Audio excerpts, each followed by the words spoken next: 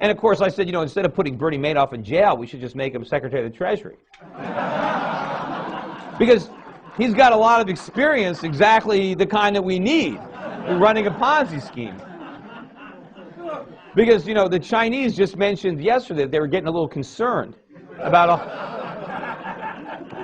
all the money they loaned us, and that just maybe we won't pay them back.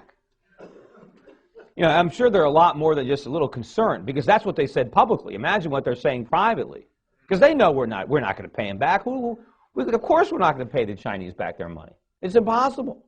We can't possibly. And can you imagine, I mean, can you imagine if President Obama, you know, given the following type of speech to the American citizens, to say, give a national televised address and say, you know, my fellow Americans, I've got a little news for you today. We're going to have a massive, across-the-board tax increase on average working Americans.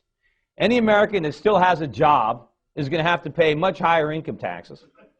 And as a matter of fact, we're going to have to cut Social Security across the board. If you're getting a Social Security check, we're going to have to reduce it. And remember all my plans about more education and health care for everybody and, you know, energy independence? We got to put all those plans on hold because the Chinese need their money. We borrowed a lot of money from the Chinese, and we're good for our debts.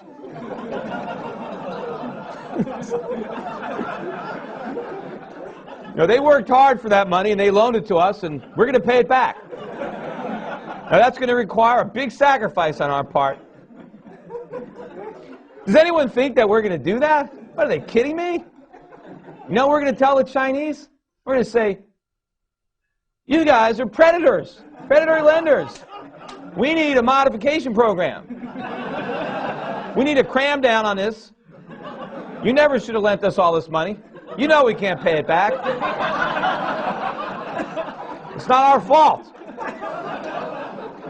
I mean, the Chinese know this. I mean, the Chinese, they can't even vote in our elections. Why are we going to care what they think? We're going to tax voters to pay non-voters? So the Chinese know they're in this box. I mean, the U.S. government, we don't pay our bills. We're like Bernie Madoff, right? People loan us money. How do we pay it back? We borrow more. Right? If somebody came to Bernie Madoff a couple years ago and wanted their money, they got it. Why did they get it? Because they were able to take in new money. They found another sucker who didn't know it was a Ponzi scheme. Same thing the U.S. government does. Every time a bond matures, we just go sell another one. And every time we need to pay interest on the national debt, we go borrow that too.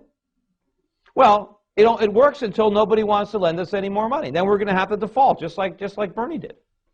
And there's only two ways we can default. We just legitimately don't pay, or we print money. That's it. There's only two ways to repudiate your debt. There's no way we're going to pay the debt. The Chinese have to know that. And we're going to figure that out. But anyway, I'm going to get back to it. I keep going off on too many tangents.